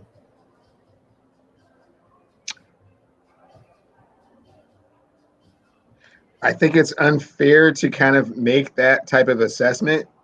They were both in their first NBA finals. Their fearless leader had never been to an NBA finals, so could only take them so far and only had so much tribal knowledge with regards to what it takes and what you need to do to win an NBA finals.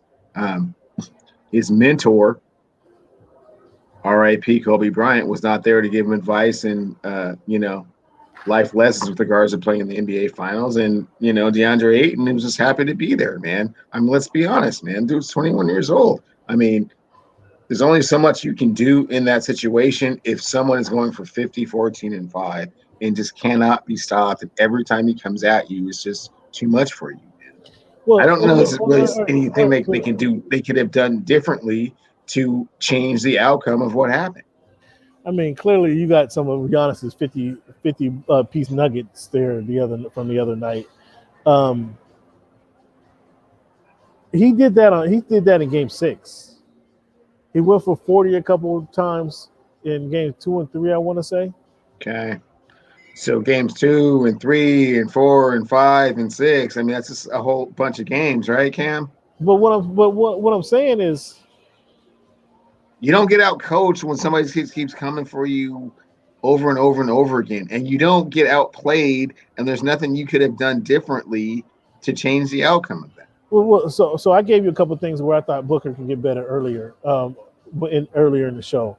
One example, we'll go back to the steal from was that game 5 when the steal from Drew Holiday, where instead of continue to drive to the hoop, he could have stopped and pulled up, and his mid-range jumper is deadly. That's one thing he can identify that a little bit better. He had a couple of times in game 6 where he just continued to penetrate a little bit too deep and into the defensive teeth of the defense, where he could have pulled up at the elbow. He could have pulled up just a step beyond the elbow and hit that mid-range jumper. He has that in his repertoire.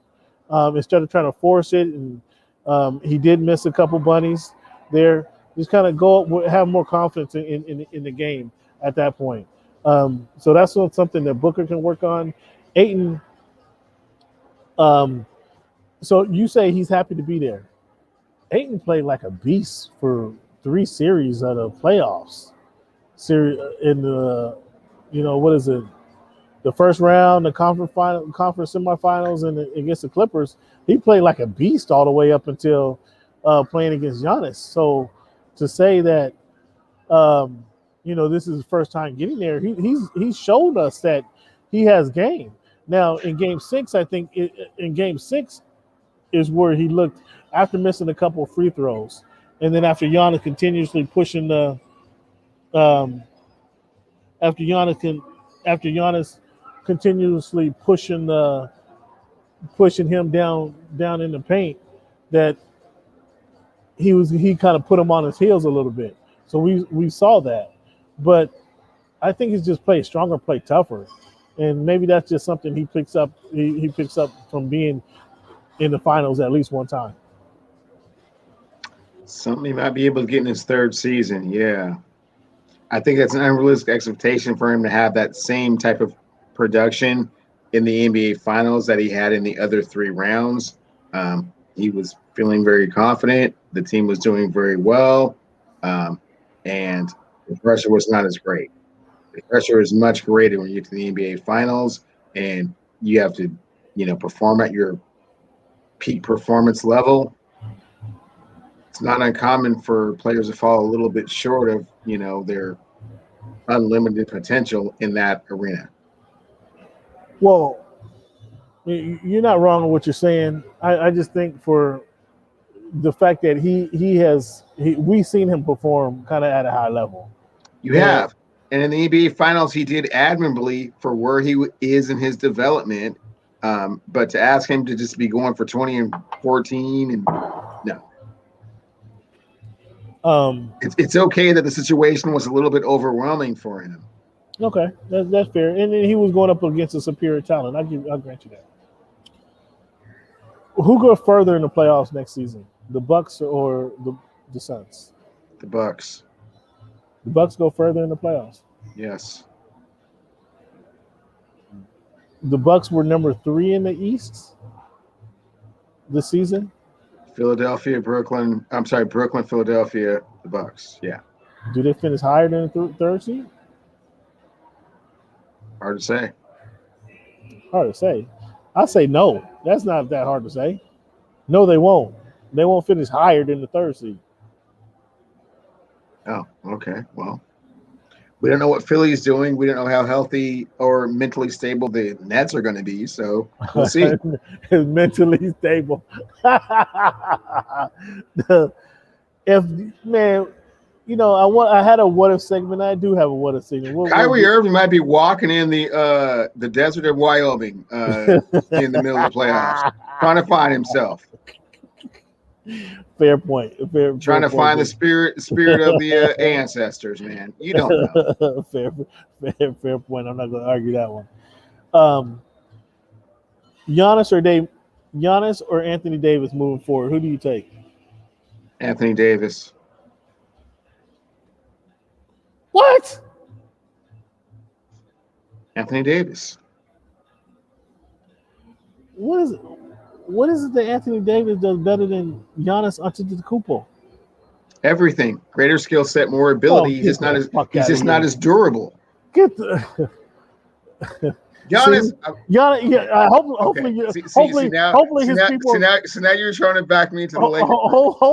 Hopefully his people are texting you right now, because for an hour and a half, you've been telling me how great Giannis is, and then now you're about to tell me you take Anthony. For an hour and a half, I have been telling you how great a performance and how great Giannis played in the NBA Finals, and how Game 6 was the greatest NBA Finals performance we've ever seen. Now, who is a better player? Who is more skilled? Who is more talented between Anthony Davis and Giannis Antetokounmpo? It's Anthony Davis. I don't even really see why this is a question. All of Giannis' shots were within 5 feet of the rim. Can you say the same about Anthony Davis? Anthony Davis shoots 82% from the free throw line. Has Anthony Davis did anything that Giannis has he had a better performance when it counted? You want to go back to when it counted, when Game 6, when it absolutely matters, you have to have it. Has Anthony Davis done anything like this? Anything remotely like this? You know, I do recall him hitting a game-winning 3 in the bubble that kind of advanced the Los Angeles Lakers to the next round. You probably don't remember that. That's fine. Was that Game 6? You probably don't remember the way that Game 6 of the finals. Was that Game 6 of the NBA Finals? It was not. Oh, so because he did not have that opportunity to have that kind of performance in an NBA Finals game, does not diminish his skill set or his talents, and does not say that he is not a better player than Giannis Antetokounmpo, which he is.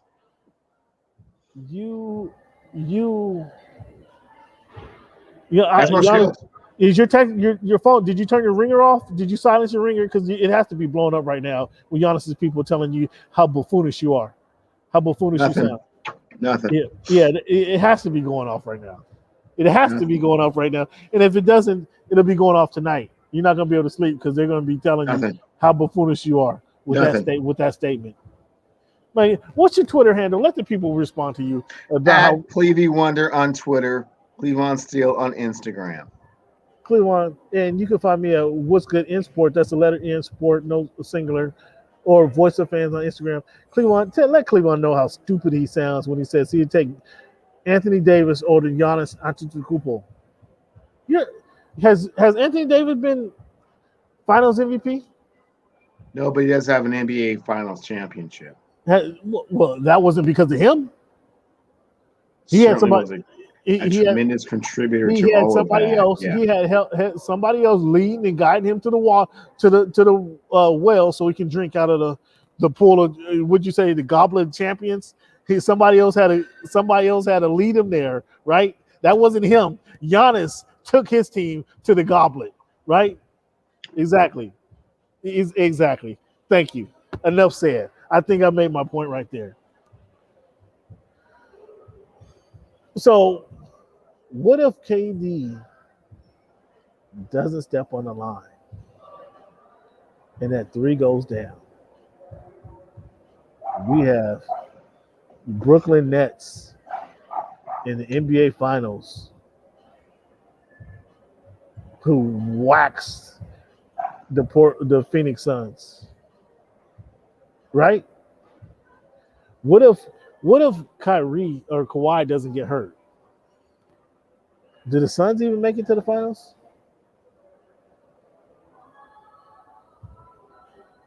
And we have Ballmer. I don't deal with those type of hypotheticals, Cam, because clearly the narrative is that no, none of that stuff happens if players don't get hurt. No, none of that stuff happens if KD is up on the line. No, none of that happens, but it did. So, yeah, we don't do that. We don't do that on this show. We don't do that on this show. You know that. What if so-and-so wouldn't have fumbled? What if so-and-so wouldn't have jumped off sides? No, man, we don't. What if so-and-so would have caught the ball instead of not catching it? No. We do not do that on this show. Fair enough. So we talked about it earlier. You expected Booker to be on a plane to Tokyo right now.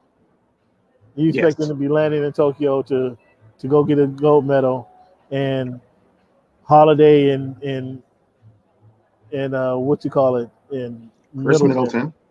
They might as well wear street clothes the whole time. They might as well be in street clothes the whole time. Not even they probably didn't even need to bring their hoop shoes. Holiday may get some time. Middleton, sit over there, man. Make sure that side of the bench doesn't fly up in the air. Well, fortunately for Team USA, it is Drew Holiday and Chris Middleton adverse, let's say, James Harden and Carmelo Anthony in the same situation. It probably would have been a little bit different. Like, kind of hard to get motivated and focused back into playing hoops after winning a championship. I'm a little hungover. I need to get some IVs, to get hydrated again. These guys are not those guys. So, yeah, they'll just get off the plane and be professionals and, help the USA team win a gold medal. What do you think about the U.S. soccer team, man? Losing a game after 44 straight. They're having their 44 games. Sometimes you get a little full of yourself. Sometimes you get a little cocky, a little arrogant. Sometimes you get a little long in the tooth. I'm not quite sure that they have replenished the talent that they've had over all of these years with, talent that's capable of sustaining that type of greatness. And right now they're being challenged, and we'll see. They got some talented youth on the team, though. It's not all Rapinoe 40 plus. They lost a game, right? Yeah, I'm just saying they lost in like 17 years, right? They got some talented youth on this team, so it's I think they've done a fair job of revolving that talent, and we'll see. They're not out of the tournament play as yet, out of medal play, but that was a surprising that they lost the first game. The Tokyo Olympic chief said he's considering canceling the games if they have many more outbreaks. What's the possibility of the whole world going to Tokyo and they actually cancel the games? What's the chances of that happening? There's no chance of them canceling the games. There is a lot of opportunity to be extremely embarrassed about the state of affairs. A lot of things that are out of their control, but they're not going to cancel the games. There's just too much of a financial ramification if they did that, and they just won't. Yeah, I agree. Once they have the opening ceremonies tomorrow, if they don't cancel the game before tomorrow morning, like 4 a.m., I don't see them canceling the games, period. They're going to suffer through and, may have some hiccups and some setbacks, but they're going to suffer through it once the whole world gets over there. And I doubt they're going to cancel the games. Are you interested in seeing the opening ceremony? It's going to be 4 a.m. your time. Will you be turning on NBC Network to watch the opening ceremonies of the Olympic Games? Is that because you're not interested, or that's because of 4 a.m.? Which one? It's a combination of things. First off, I have been spoiled by the London 2012 Olympic ceremony. Never seen nothing like that one. David Beckham coming up off the water in the James Bond boat, and them just playing just song after song from the UK's greatest hits, and the athletes just being like so engaged. Nothing like it. So after that one, I was kind of spoiled. The one in Rio was cool. I mean, what I'm saying, but nothing will ever top 2012. Every city's trying to top the other city, man. It's going to be down here. Nothing will ever top 2012. And if you have it with no fans, then yeah.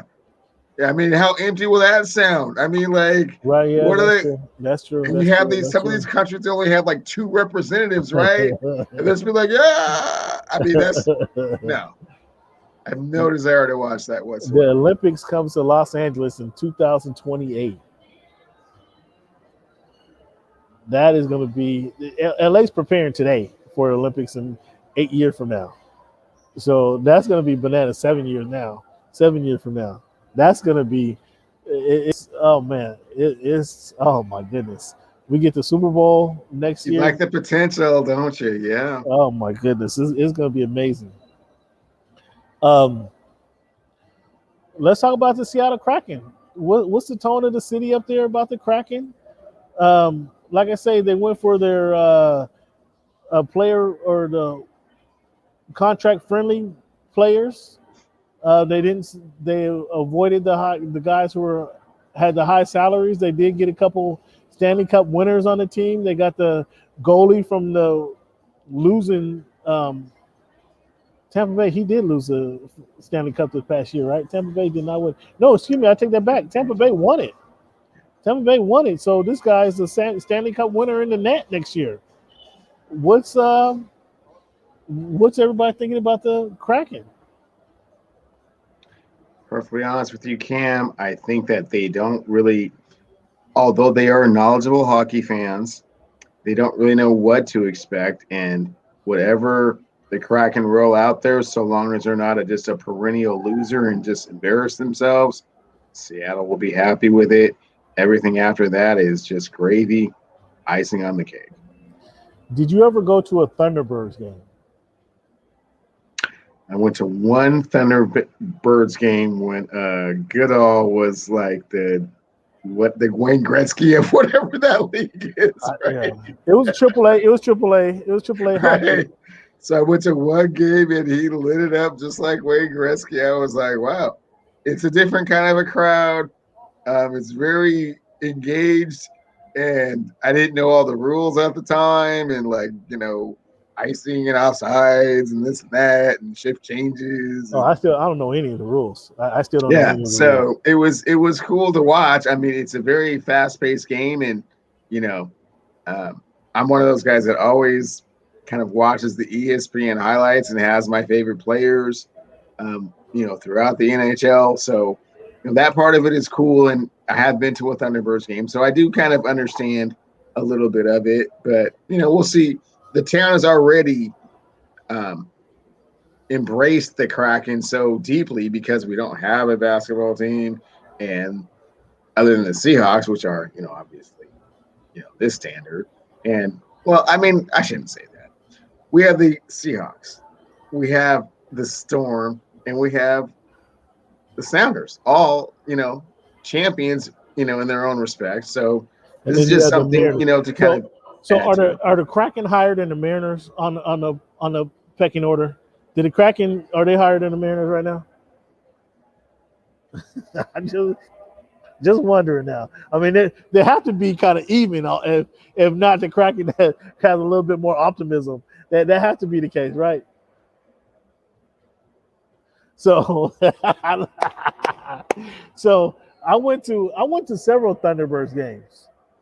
And back then, I mean, when the Thunderbirds was playing, and I mean that was early '80s, late '70s, early '80s. I mean, I was just dropped off and said, okay, go buy your ticket and go to the game. And so staying in your seat, I mean, at that age, 11, 12 years old, we're not able to stay in our seat that long. I wasn't either. So I would start roaming the arenas with the players. I remember my vivid memory is the players went in for one of their periods. And I wanted to see where the players were going. I didn't know they're going in the locker room for their break to cool off for a minute. I wasn't aware of what goes on during the breaks. So I get downstairs to where I see them going down this hallway and going into the room. So I'm going into the room. And then one of the guys like, no, you can't go in there. So I stood to the side and then let him walk away. And then I went into the room. And that's when the players are in there, having the water, some pissing. They took their uniform off and what have you. And so one of the guys said, okay, you can't be in here. So I went out in the hallway and I was just kind of waiting for the players to come out of the hallway. Cleveland, I'm standing in the middle of the hallway when they come barging through the doors, Cleveland. And these players and their skates and their sticks, they seem like they were 8 feet tall. And I'm in the middle, a little guy, 9 or 10 years old, standing in the middle there, and now they weren't expecting me, I weren't expecting them, but who's gonna lose in that battle? Clearly I get plastered against the wall as these guys are just racing back to the court. Like, they're doing their thing. I'm not mad at them. They're doing their thing. I was probably somewhere I shouldn't have been, basically. And they're rushing back to the court, man. It was that was the craziest feeling, like almost get run over by these hockey players. I go find my way, go back to the court or go back to the ice, go back, in the stands, if you will. And by this time I'm sitting right on the glass now, and these guys are getting slammed right up against. I still don't understand the rules. I know they're ice skating. They're on the ice skating, and then guys get slammed right in front of me. I was like, okay, man, these guys are serious. I thought at least with football you can put on a helmet, right? These guys back then they weren't wearing helmets. Helmets weren't mandatory. Like today they're mandatory. Back then they're getting shoulders to the chin, shoulder to the teeth. They're losing teeth out there. I'm like, oh boy, man, these guys are a lot tougher than many people would anticipate. But then I was like, okay, now I want to see Wayne Gretzky play. I'm ready to see Wayne Gretzky. And when I found out that the guy's like, well, Wayne Gretzky doesn't play, I asked somebody in the stands, when does Wayne Gretzky come to town? Because I wanted to be there for that when he came to town. And the guy's like, Wayne Gretzky, he's not coming to play these guys. I was like, well, shit, what am I watching then? I don't want to watch these guys no more. I'm done. I was done. That was the last Thunderbirds game I went to. And when they told me the epiphany that it was when they said Wayne Gretzky ain't coming to town, the tip top of them. I'm like, what the hell is this? What the hell am I watching then? That was the last Thunderbirds game I went to. Is when I found out Wayne Gretzky won't be coming to play those guys. So that had to be disappointing. I can imagine. I mean, I was like, I'm like, okay, Wayne Gretzky. What? Like, when does he come to town? Like, I want to be there for that. Nope. So you're all engaged. I'm like, I'm bought in. And Wayne Gretzky came to town, I might have been playing hockey the next season. Who knows? And buddy, Wayne Gretzky ain't coming to play these guys. I'm like, shit, well, the hell with these guys. That was the last I watched it. I didn't pay no attention to the Thunderbirds after that. It was a weird moment, if you will. But it would be interesting to see. I still got to get me a Kraken hat, man, or a sweatshirt or something, because they are dope. They are dope, and there's going to be a lot of fans out there. So I looked into this traffic issue that you talked about a couple of weeks ago, and apparently they're going to upgrade the monorail after what the monorail was built in 1962. So it's 60 years later. Upgraded to do what? Add another car. They need to extend it. I mean, I think it's kind of past their prime. I'm surprised the monorail's still running, actually. When a guy kind of told me that they're going to upgrade it, I'm kind of surprised the monorail's still running. As a 206 native, what do you think about that traffic solution? You're going to upgrade the monorail. Here's the thing. So now you have to park. You have to park along. That's like running the 2 and the 3 in extra time every 15 minutes. Is that really gonna get it done? No. But if you park along the route of the monorail, now you can take the monorail into downtown and avoid that traffic that's right there at the Coliseum. And somebody said the light rail, but the light rail doesn't even go. The light rail runs off of Denny, right? So is there a commuter? There's supposed to be a commuter bus or something that goes from Denny to. How are you going to get there when Denny is a parking lot? It's not moving. Yeah. It doesn't make any. It doesn't. That's not a solution.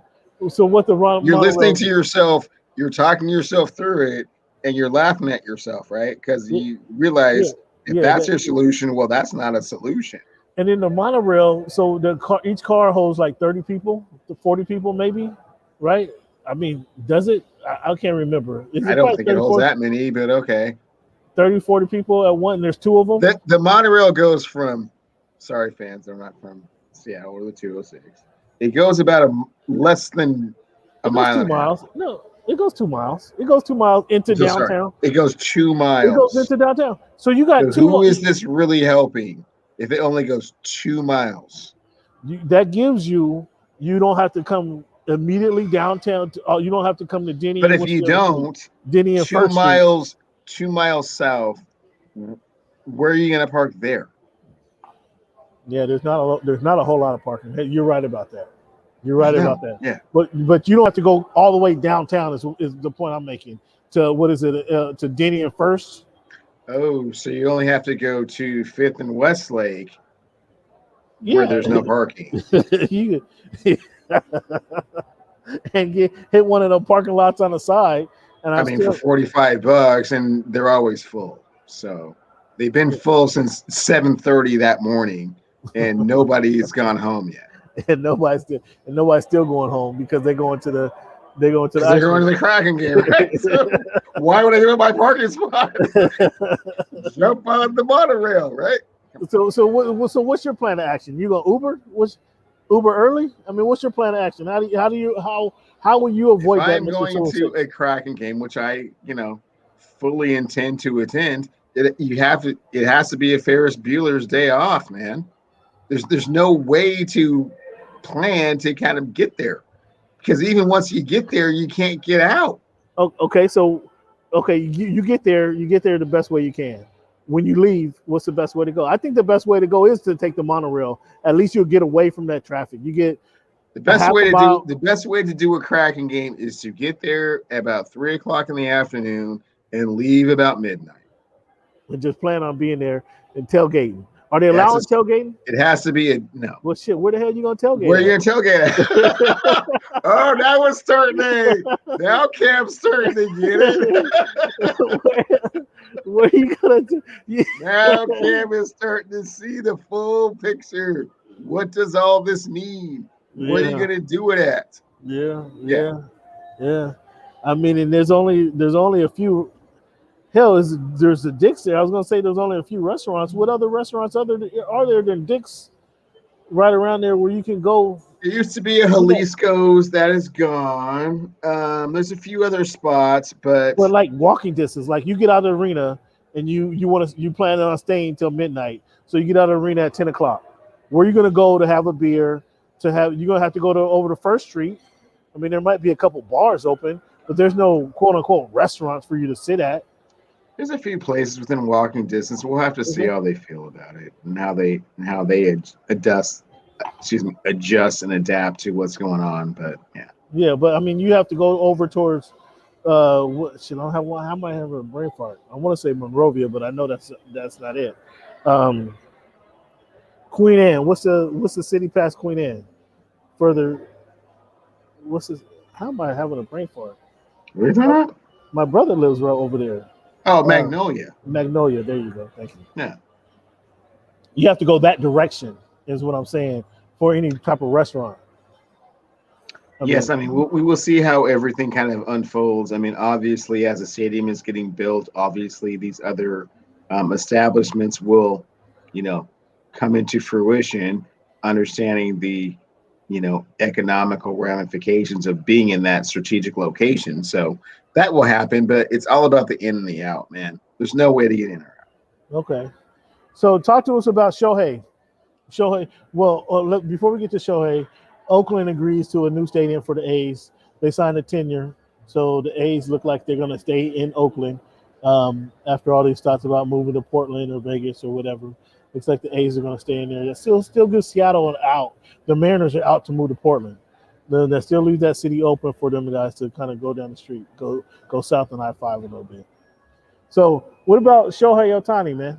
You got a Shohei update? I mean, he got a couple. Good player. A couple dingers off the Mariners, right? Good player. Yeah, that's where you want to leave it at. Yeah. He's better than a good player. I mean, I know you got a little animosity there, but he's better than a good player. But I mean, how much better can he be than a good player? I mean, he's quite potentially the MVP of the league this season, and they had the MVP of the league before he got hurt. So imagine what happens when those two are on the lineup at the same time. Could do some big things. So go ahead.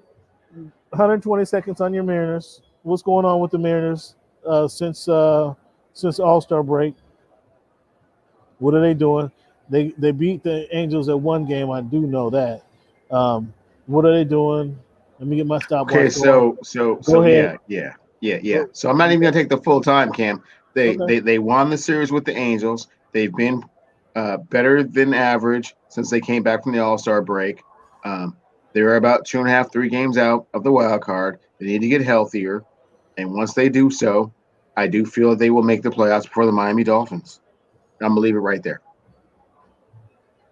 I'm not sure where the Miami Dolphins. Miami Dolphins. Oh, you don't. Oh, look at your little sticky sticky pad. You don't got your sticky pad right there. Yeah, That was one of our potential wagers. Miami Dolphins will be in the playoffs this season, and for you to compare them to the Mariners, you should be.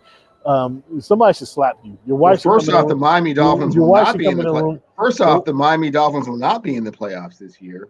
And secondly, I do believe that the Seattle Mariners quite possibly will be in the playoffs before the Miami Dolphins. And I'll have a better analysis at the end of July. You have to come with something better than that. Well, the end of July is next week.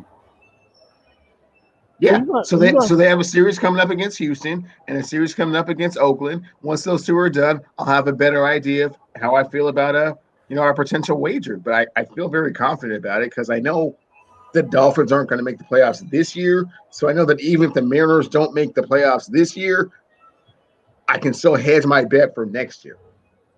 You can hedge your bet for next year. Right.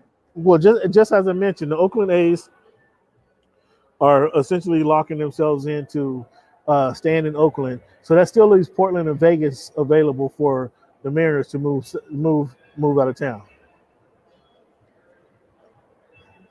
But you don't think that's a good plan? It's not going to happen, man. If they don't make the playoffs this year, they will definitely make the playoffs next year. But we'll know more after the end of this next week. And you loser fans is holding on for that. Well, we'll do it next year. We'll have the heck of a season. We'll be better next year. Well, they'll make the playoffs before the Miami Dolphins. I'm just saying. We'll see. We'll see about that. Fans, thank you guys for tuning in. He is Cleavon. Cleavon, give him your Twitter handle. It is at Clevie Wonder on Twitter. Cleavon Still on Instagram. And you can find me, your man Cam, at What's Good in Sport. That's What's Good in Sport on Twitter, and Voice of Fans on Instagram. Thank you guys for tuning in to another fantastic show of Voice of the Fans. We appreciate you guys for tuning in. I do have one thing I want to leave you guys with, one quote I want to leave you with tonight. But we want to thank you guys for tuning in, as always, to the baddest show in all the land. The quote I want to leave you guys with tonight is, do not let what you cannot do interfere with what you can do. That's from Mr. John Wooden. Is that from Giannis Antetokounmpo? No, that's from John Wooden. That's from Giannis, huh? Giannis said that at the press conference after Game 6, didn't he? Do not let what you cannot do interfere with what you can do. If you can't shoot threes, if people think you can't shoot free throws, if people think you can't dribble, don't give up on your dreams. That's what he did last night. In Game 6. That's what he did. He got it done. So congratulations, kudos to Giannis and the Buccaneers. That's what they're going to be affectionately called from now on, because they got it done. Giannis carried those guys to an NBA Finals championship berth. And we're not going to get into the what ifs, but yeah, what if they might not have been there? But congratulations to Giannis for getting it done in the finals. Somebody had to win, and Giannis, he snatched it from Phoenix, because we all had the Phoenix Suns coordinated. We was arguing about who was coordination going to be, Chris Paul or Devin Booker, and Giannis said, no, it's my time. So congratulations for Giannis for getting it done. Fans, thank you guys for tuning in to the Voice of the Fans podcast. As always, please rate and review our podcast. It really helps us out with the algorithms. And then, as always, thank you guys for making our voice your choice. Have a good one, Chief. Good night. Take care.